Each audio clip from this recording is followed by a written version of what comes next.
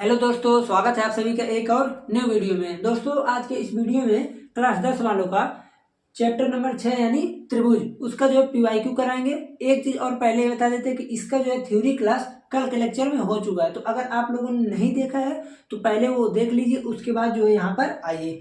ठीक है, तो आइए देखते हैं। चूंकि चैप्टर में जो है आप लोगों को पता होगा कि बहुत ही चैप्टर छोटा है, सब कुछ काट दिया गया, थोड़ा बहुत है उसमें। जैसे मेन में अगर देखा जाए तो सबसे पहले हमने समरूप देखा था, उसमें समरूप के बाद हमने एथेंस पर में एथेंस का विलोम, फिर उसके बाद कुछ समरूप प्रूफ करने का कुछ कसौटी था। तो उसी प्रकार से सिस्टमेटिक प्रश्न भी बनेंगे। पहला तो देखिए, यहाँ पर मैं पहला प्रश्न नहीं हूँ कि समरूप आकृतियों के नाम बताइए आप। चूंकि अब एक नंबर में एमसीक्यू में थोड़ा घुमा कर ये पूछ सकता है कि सभी वर्ग होते हैं या फिर सभी वृत्त होते हैं, तो इस प्रकार पूछने से बेहतर ये है कि मैं एक ही में लिख दिए कि आप समरूप आकृति के नाम बताइए। तो देखिए, पहला प्रश्न का आंसर हो जाएगा, पहली बात तो सभी वृत्त होंगे ही होंगे, सभी वृत्त, कोई सभी वर्ग रहे, कोई सभी वृत्त रहे, सभी वर्ग हो जाएंगे। ओके, वृत्त हो जाएंगे, वर्ग हो जाएंगे। आप उसके बाद अब जैसे मान लीजिए आयत भी हो जाएंगे। ओके, तो आप ये सब क्या कर सकते हैं, कोई भी ले सकते हैं स्टेप में। अब मान लीजिए त्रिभुज में चले तो समबाहु त्रिभुज तो होना ही होना है, और कोई त्रिभुज तो नहीं होगा। तो क्वेश्चन में यही पूछ लेगा कि त्रिभुज होते हैं, समरूप होते हैं, कौन सा त्रिभुज होता है, समबाहु त्रिभुज। तो ये सब थोड़ा ध्यान देना है।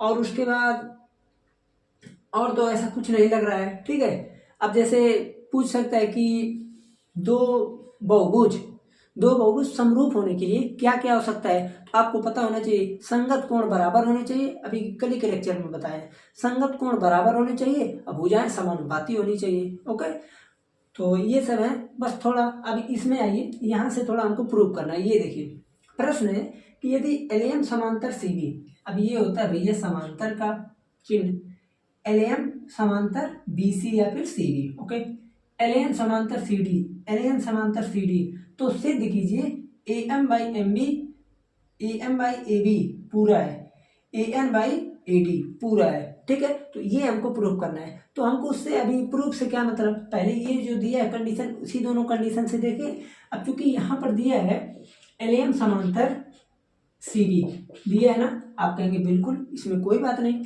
एलएम समांतर एलएम देखिए बराबर लिख दिए, गलत हो जाता है ना, एलएम समांतर सी बी। अब समांतर का मतलब क्या है, थेल्स पर में यही है, अगर कोई भी दो रेखाएं समांतर हो गई तो एक समान अनुपात में होंगी। तो अब यहाँ से आप लिख दीजिए थेल्स पर में से, या तो आप पहले अनुपात लीजिए। देखिए ये त्रिभुज में हम देख रहे हैं ए बी सी में, कैसे हो भी इस प्रकार से ऐसे में देख रहे हैं, तो ये होगा देखिए A M upon M B, A M upon M B, ये सब थोड़ा सा ध्यान दीजिएगा, equal to A L upon L C, A L upon L C. ऐसा क्यों हुआ, क्योंकि ये दोनों समांतर है। और ये एक क्यों हुआ भाई, थेल्स पर में से, थेल्स पर में, थेल्स पर में तो यही है ना, तो यहाँ से हो गया, ये दिया था तो ये मिल गया।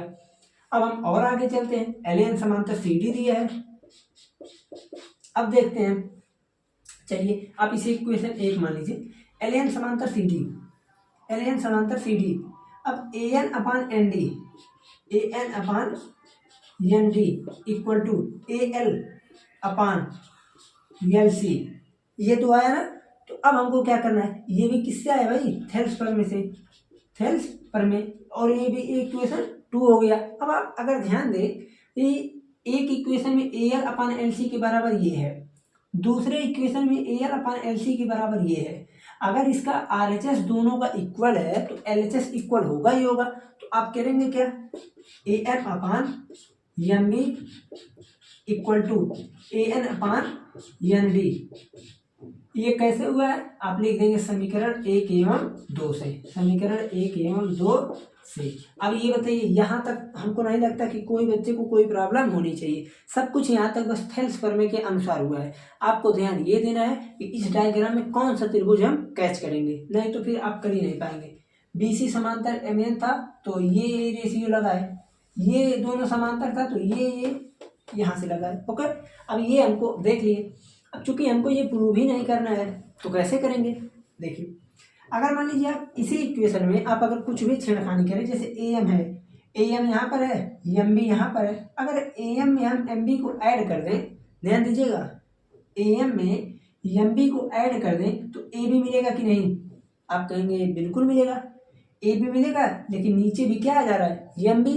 तो जाहिर सी बात है कि ये इक्वेशन में जो है हम जो अपना नियम लगाना चाहते हुए नहीं लगेगा, तो हमको इसके लिए यहाँ से थोड़ा सा इसको कन्वर्जन करना पड़ेगा। अब कन्वर्जन कैसे करेंगे? देखिए, MB upon AM equal to ND upon AN, ये चीज आ गया ना। तो अब यहाँ से आप कर सकते हैं, कैसे? दोनों पक्षों में एक एक को ऐड कर दीजिए, दोनों पक्षों में एक एक ऐड करेंगे, AM यहाँ मल्टीप्लाई होगा तो AM प्लस MB अपान में AM equal to ND plus AN upon AN। Okay, अब AM प्लस MB भैया क्या है? AM plus MB AB by AM, AB by AM है ना, तो AM equal to ND plus AN, ND plus AN equal to AD। तो यहाँ से आप लिख दीजिए AD अपान AN। अब यही तो हमको लगभग प्रूव करना था, नहीं, अब यहाँ पर हम उल्टा किए हैं, यहाँ से उल्टा किए थे ना, तो सीधा भी तो हम ही करेंगे ना। तो यहाँ से हो जाएगा AM upon AB equal to AN upon AD। देखिए ये ही हमको प्रूव करना था। ओके, तो यहाँ आपका प्रूव हो गया। एक बार देख ले, दिख रहा है या नहीं? दिख रहा है। ओके, तो इस प्रकार से जो है आपका प्रूव हो गया। तो किसी भी प्रकार से प्रूविंग का क्वेश्चन अगर आता है, आपको ध्यान ये देना कि कौन सा त्रिभुज हमको उसमें लेना है, उस त्रिभुज पर काम करना है, तो अपने आप हो जाएगा। ओके, इसका स्क्रीनशॉट ले लीजिए। तब हम चलते हैं, फिर मिलते हैं अगले प्रश्न के साथ। ये बच्चों, अब हम चलते हैं अगले प्रश्न पे। तो चूंकि ये जो तीसरा प्रश्न है दूसरे प्रश्न के सिमिलर है, लेकिन हमको अंतर क्या है? जैसे उसमें जो था लिखित में कुछ प्रूव करना था, लेकिन यहाँ पर हमको समांतर रेखा प्रूव करना है। तो क्या करेंगे, आइए चलते देखते हैं। ये बताइए, यहाँ पर जो है दिया है, देखिए DE समांतर OQ, DE समांतर OQ। तो आपको मैं फिर बता दे रहा हूँ, जब तक आप ये नहीं पता करेंगे कि ये जो प्रमेय किस त्रिभुज में लगेगा, तब तक आप नहीं कर पाएंगे, क्योंकि इसमें बहुत त्रिभुज बनना है भाई। ये भी त्रिभुज है, ये है, ये है, ये यहाँ बनना है। तो अब कौन सा त्रिभुज लेंगे वो आपको डिपेंड यही करेगा। देखिए DE समांतर OQ, DE समांतर OQ, तो जाहिर सी बात है कि यहाँ आप लिख देंगे अगर DE समांतर OQ, तो DE यहाँ है OQ, तो आप लिखेंगे देखिए PE upon EQ equal to PD upon DO, PD upon DO। कैसे लिखें? थेल्स प्रमेय, इक्वेशन 1। बताइए अब इससे आसान क्या ही हो सकता है। आप दूसरा एक कंडीशन उठाइए, DF समांतर OR। जब DF समांतर OR है कोई बात नहीं, आप क्या लिखेंगे?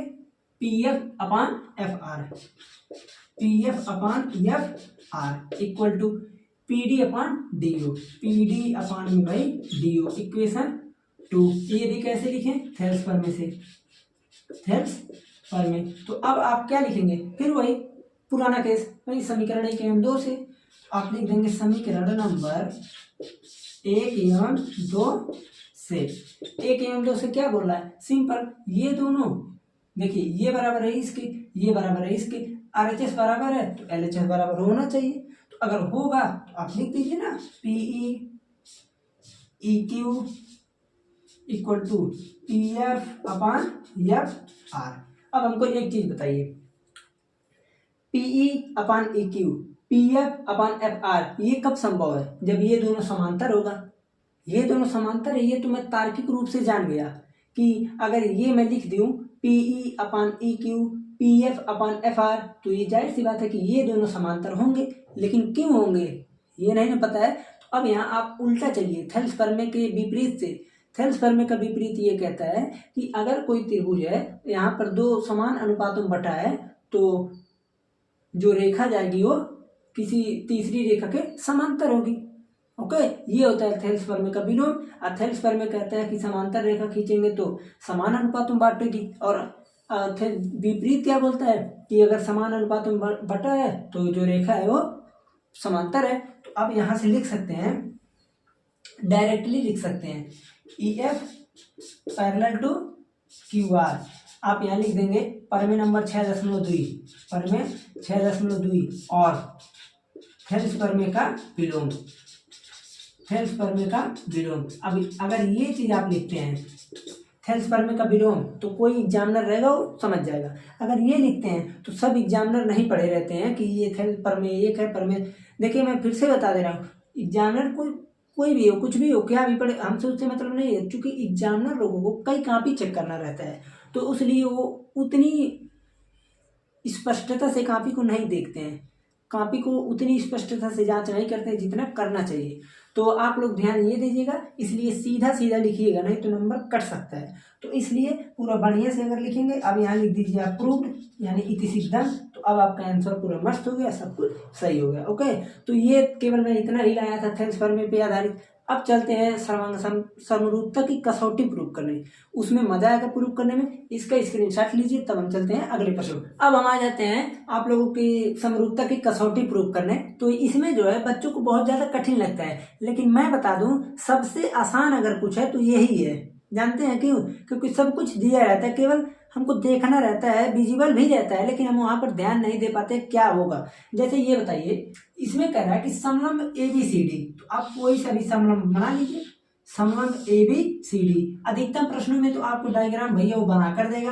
अगर मान लीजिए किसी नहीं बनाता है तो आप बना लीजिए, जिसमें AB समांतर CD, AB समांतर CD ये तो दिया ही है, के विकर्ण AC। अब देखिए गड़बड़ हो गया ना, अब हमको यहाँ पर क्या लिखना पड़ेगा, AD और BC, या तो इसमें हमको क्या करना पड़ेगा, AB समांतर DC, AB यहाँ है तो C मैं यहाँ बना दूं C और इसको मान लो D, तब जाकर सही होगा। ओके, तो AB समांतर DC के विकर्ण AC विकर्ण है AC, और BD। ओके, इसको D बना दे, नहीं तो आप लोग इसी में कंफ्यूज रहेंगे। परस्पर O पर प्रतिच्छेद करते हैं, ये कौन सा बिंदु है, O। दो त्रिभुजों की समरूपता की कसौटी का प्रयोग करते हुए OA by OD, OA by OC, यहाँ देखिए OA by OC, OB by OD, हमको ये प्रूव करना है। OA by OC, OB by OD, ये प्रूव करना है। तो हम करेंगे क्या, सबसे पहले देखिए तीन चीज आपको आवश्यकता होती है, कौन कौन सा देख लीजिए। पहले तो जो दिया है आप वो छापिए, जो दिया है उसको छापिए, जो दिया है। उसके बाद आप छापिए सिद्ध करना है, सिद्ध करना है। देखिए मैं प्रूविंग वाले क्वेश्चन की बात कर रहा हूं, सिद्ध करना है, ये छापिए। तीसरा नंबर आप छापिए प्रमाण। प्रमाण क्या है, कहां से स्टार्टअप करेंगे, वो प्रमाण होता है। अब दिया है क्या, दिया है में आप लिखेंगे कि समलंब ABCD, जिसमें AB समांतर CD है, के विकर्ण परस्पर O पर प्रतिच्छेद करते हैं। तो भैया क्वेश्चन वाला पूरा है, इसलिए मैं नहीं लिखने वाला हूं। ओके, क्या लिखेंगे, समलंब ABCD, ओके, जिसमें AB समांतर CD है, के विकर्ण परस्पर AC और BD बिंदु O पर प्रतिच्छेद करते हैं। इतना आप लोग सभी लोग लिख लेंगे, तो दिया है आप लोग लिख लेंगे।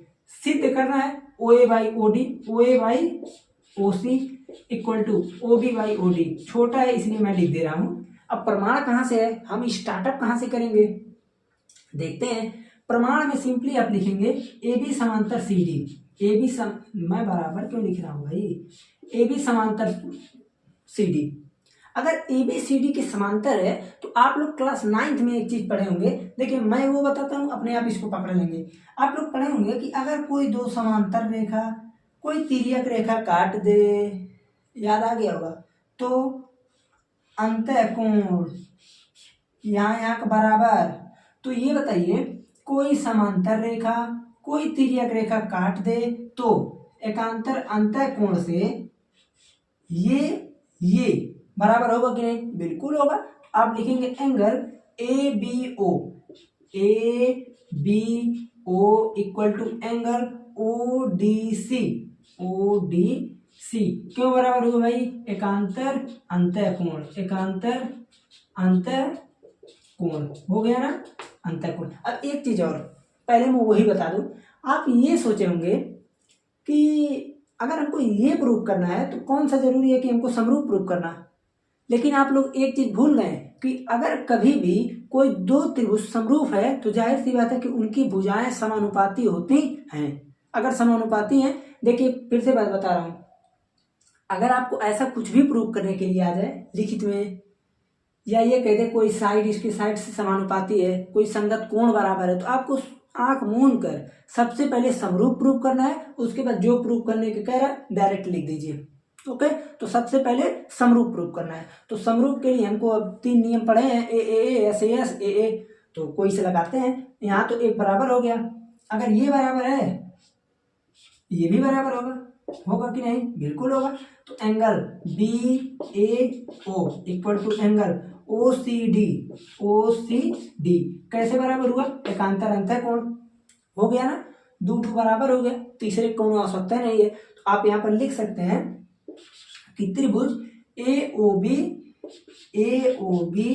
समरूप त्रिभुज ओ डी सी क्यों हुआ भाई? तो आप यहाँ पर लिखना पड़ेगा ए समरूपता की कसौटी से।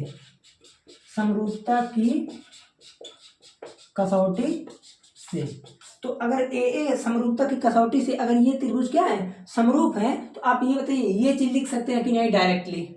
भाई कोई दो त्रिभुज अगर समरूप त्रिभुज है तो आप यहाँ से डायरेक्टली क्या है आप लिख सकते हैं। जैसे मान लीजिए कोई सा भी हम दो त्रिभुज ले लेते हैं यहाँ पर, जैसे मान लीजिए मैं ये ले लूँ, छोटा छोटा है समझिएगा, हम कहें ये समरूप है, तो आप क्या करेंगे भाई इसका साइड समानुपाती होंगे, तो आप डायरेक्ट लिख सकते हैं O A by O C equal to O B by O D. आपको लिख सकते हैं यहाँ पर समरूप त्रिभुज की संगत भुजाएं समानुपाती होता है। जब मैं पेपर दिया था तो 6 नंबर में आया था क्वेश्चन समरूप त्रिभुज प्रूव करने का, तो चूंकि 2 क्वेश्चन था 3 नंबर में था, बहुत लुल्लू पुल्लू था, तुरंत बस ऐसे ही था, छोटा छोटा था दोनों, लगभग अभी तक ना तो परफेक्टली याद नहीं है, लेकिन लगभग ए जो एस पे लगा था, लगभग पेपर देखेंगे तो पता चल जाएगा। समरूप त्रिभुज की संगत भुजाएं समानुपाती होती हैं। ओके, अगर एक क्वेश्चन आप समझ गए तो पूरे प्रश्नों को आप कर ले जाएंगे। अभी देखिए इसके बाद हम लगभग 1-2 प्रश्न और कराएंगे, पूरा अच्छा प्रश्न, पूरा बढ़िया प्रश्न है। एक प्रश्न अभी लाएंगे पूरा मिक्सअप प्रश्न जिसमें 4-5 प्रश्न रहेंगे, अगर वो कर लेंगे तो पूरा माइंड में रहेगा पूरा। ओके, तो इसका स्क्रीनशॉट लीजिए, तब चलते हैं अगले प्रश्न पर। जो अब हम चलते हैं अगले प्रश्न पे, तो प्रश्न चूंकि समरूप त्रिभुज ही प्रूव करना है, लेकिन मैं आपसे बताया भी कि अब जो है सिंपल जैसे इसमें बन सकता है, अधिकतम क्वेश्चन सिंपल बनता है, कुछ क्वेश्चन में थोड़ा सा कॉम्प्लिकेटेड करने के लिए कुछ थोड़ा बहुत छेड़खानी कर देता है। जैसे देखिए यहाँ पर दिया है OR/QS, OR, अब तो पहले हमको ये देखना पड़ेगा कि O कहाँ है, OR/QS, एक सेकंड, उसके बाद QT,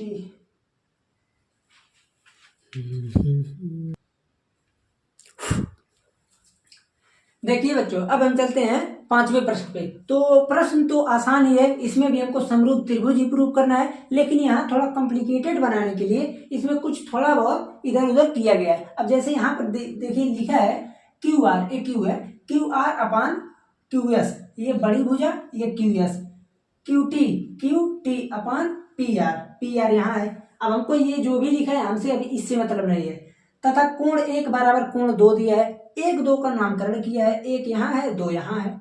हमको प्रूव करना है कि PQS, ओके, TQR। देखिए क्या प्रूव करना, फिर से सुनिए, PQS जो प्रूव करना है, अगर 2 बार आप 3 बार देख लेते हैं तो खुद आपको आधा से ज्यादा अनुमान लग जाएगा। देखिए क्या चीज, PQR, ओके, PQS है, सॉरी PQS, ये त्रिभुज TQR बड़ा वाला त्रिभुज। हमको अगर समरूप प्रूव करना है तो हमको तो दिख रहा है कि कोण एक दोनों त्रिभुज में है, दोनों त्रिभुज में कोण एक है ना, PQS में भी है, TQR में भी है, तो दोनों में एक है, एक का काम हो गया। अब ये क्यों दिया है इसका मतलब समझते हैं, तो दिया है तो कुछ कारण तो होगा ही होगा। तो सबसे पहले हम लिखते हैं क्या क्या लिखना है, दिया है में क्या लिखेंगे, जो दिया है वही छाप दीजिए, ये ओके, ये लिख लेंगे आप लोग। उसके बाद सिद्ध करना है, सिद्ध करना है। तो सिद्ध करना है ये आप लोग समझे होंगे क्या लिखना है, पी क्यू एस समरूप त्रिभुज टी क्यू आर। ओके, अब हमें क्या करना है, प्रमाण लिखना है। प्रमाण हम कहाँ से स्टार्ट करेंगे देखते हैं।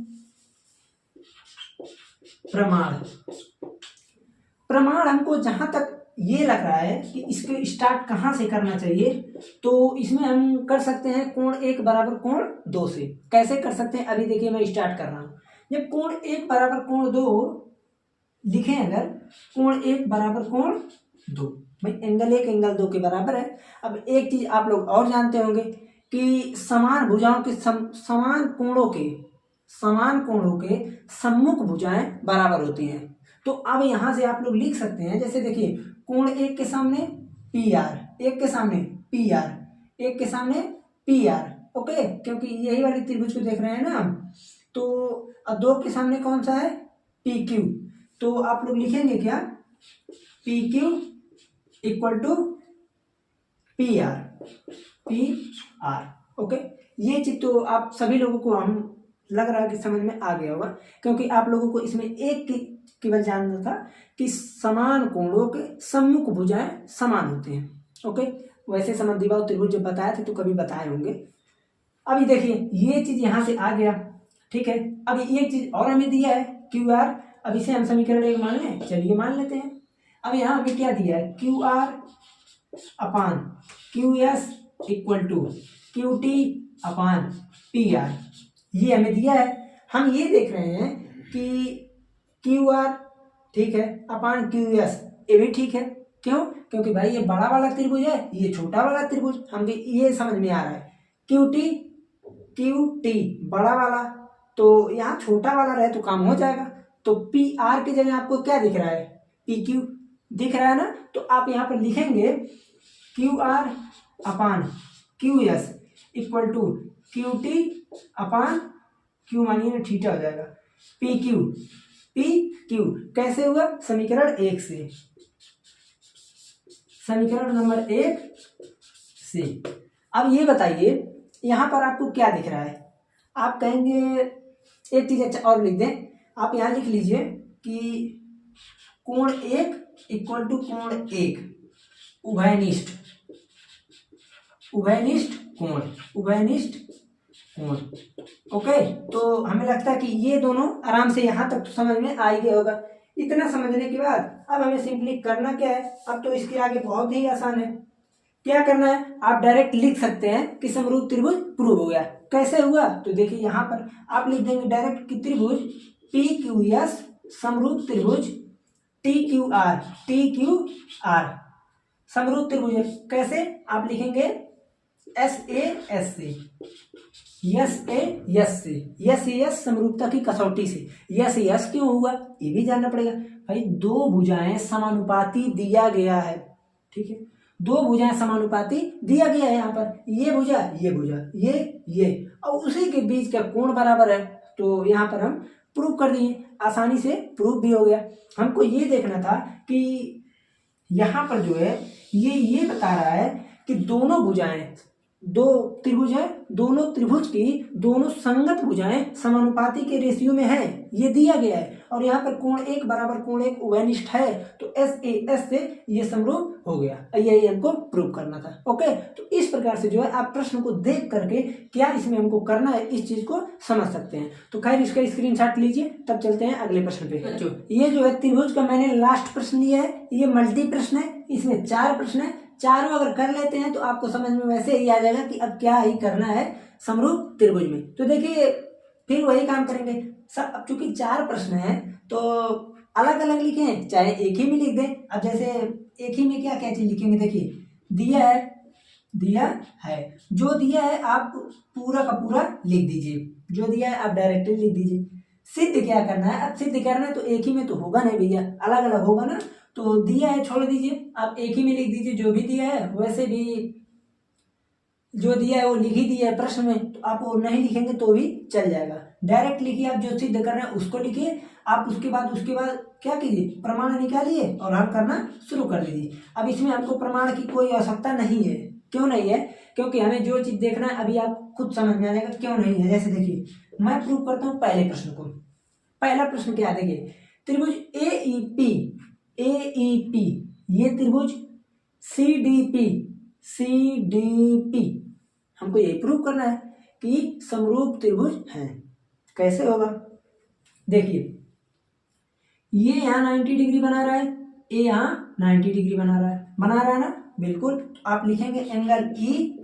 अब देखिए मैं आधा लिख रहा हूं, एंगल AEP पूरा ही लिख दे, नहीं तो बराबर होगा PDC के, एंगल PDC के। क्यों बराबर होगा, 90 डिग्री है कि नहीं, बिल्कुल है, 90 डिग्री है, इसलिए क्या हुआ, ये बराबर कोण है। ठीक है, कोण बराबर हो गया, एक कोण बराबर हुआ, एक और बराबर कर दे तो काम हो जाएगा। या तो साइड की कहीं बात ही नहीं है, इसमें बराबर होगा नहीं, हमको एंगल बराबर करना पड़ेगा। अगर ये एंगल बराबर है तो ये बताइए ये बराबर होगा कि नहीं, PP।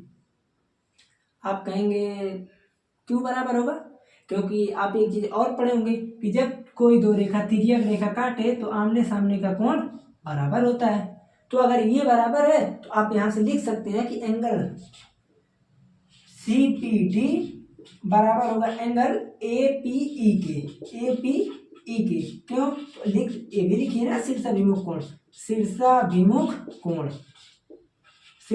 कोण से ये बराबर हो गया। और जैसे ये बराबर हुआ तो अब आप लिख दीजिए ये क्वेश्चन यहाँ पर, चलिए एक बार छाप दें, त्रिभुज AEP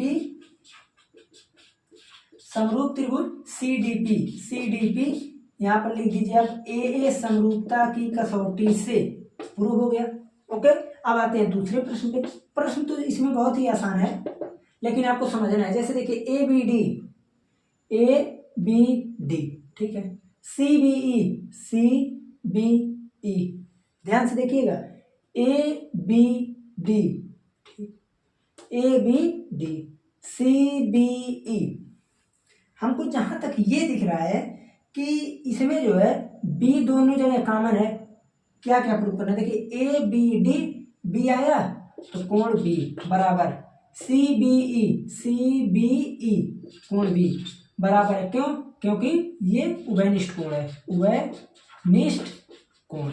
ओके, और दूसरा क्या दिख रहा है, CBE ABD, भैया यहाँ 90 यहाँ 90, कोण E बराबर कोण D। क्यों, 90 डिग्री है, AA समरूपता की कसौटी से प्रूव हो गया। अब तो हमें लगता है आप लोग लिख लेंगे, ये लिख के डायरेक्ट लिखेंगे AA समरूपता की कसौटी से ये प्रूव हो गया। तीसरे प्रश्न में आते हैं। कहे हैं ना प्रश्न आसान होता है, समझना रहता है आपको। तीसरा प्रश्न क्या है, AEP ADB कहाँ है भैया, ADB ये है, लेकिन ये भी एक गलती कर दिया ताकि हम पकड़ लें। देखिए आप वैसे सिंपली देखिए, जो अंक जो अल्फाबेट यहाँ मिल जाए, जो अल्फाबेट सेम मिल जाए, समझ लीजिए वो कोण बराबर होगा। AEP ADB AA मिल रहा है, AEP ADB तो A मिल रहा है ना, तो कोण A बराबर कोण A। और उसके बाद जब इतना हो गया तो आपको पता ही है कि AEP इतना हो गया, उसके बाद ADB तो कोण E और कोण G 90 डिग्री बना रहे हैं। ये क्या हुआ है, उभयनिष्ठ है ना, हाँ उभयनिष्ठ, और ये क्या हो रहा है, 90 डिग्री है। अब ए समरूपता से ये हो गया। चौथा नंबर देखते हैं, PDC ऊपर वाला त्रिभुज और BEC C बराबर है, ठीक है, D और E 90 डिग्री है तो दो मिल गया, तो क्या दो ही तो चाहिए, कोण D कोण E 90 डिग्री। अब बताइए, अब इससे आसान क्या ही हो सकता है, कोण C बराबर कोण C उभयनिष्ठ, तो AA समरूपता की कसौटी से प्रूव हो गया। हमें लगता है कि अब इससे कठिन कोई प्रश्न बन नहीं सकता, और अगर मान लीजिए एक दो प्रश्न बन भी जाता है तो आप लोग कर देंगे। अब सुनिए, अगर कुछ नहीं आता है, अगर मान लीजिए आपको कोई ऐसा प्रश्न आ गया जिसमें कुछ समझ में नहीं आ रहा कैसे प्रूव हो गया, क्या कीजिए, पहली बात जो दिया है उसे छाप दीजिए, जो प्रूव करना है उसे छाप दीजिए। जो चीज इसमें दिया रहता है उसी से हमको प्रमाण लेकर आगे चलना पड़ता है। तो आप लोग क्या कर सकते हैं, इसके लिए सिंपल सा मेथड, एक जैसे जो भी डायग्राम बना 2-3 बार उसको ध्यान से देखिए, अपने आप कोई ना कोई निष्कर्ष निकल जाएगा। मान लीजिए अगर कुछ भी हो नहीं आया तो आप कुछ भी लिख कर कुछ भी लिखकर लास्ट में लिख देंगे प्रूव्ड इति सिद्धम। अब एक चीज़ और, कुछ भी लिखने का मतलब ये नहीं कि मैथ का है तो एसएसटी भर के तो आएंगे नहीं। मैथ का अगर है तो सिंपली उसी से रिलेटेड लिखेंगे कि हाँ लगना चाहिए सही हो सकता है।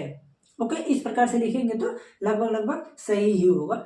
ये मैं कब बता रहा हूँ, अगर कुछ नहीं आ रहा है तो ये नहीं आ रहा है तब वो भर दें। तो अब साइंस का डिफिनेशन आए, हिंदी लिख के आए, तो इसका मैं नहीं जानता। खैर कोई बात नहीं, ये जो है अब आपका यही होता है खत्म त्रिभुज। हाँ, अगर कोई क्वेश्चन कोई और समस्या आ रही है तो कमेंट में बता सकते हैं। तब हम कल मिलते हैं अगले लेक्चर में, अगला चैप्टर नंबर 7 निर्देशांक ज्यामिति। अब आप लोग को बस समझ लीजिए आधा होने वाला है, बस मजा रही है।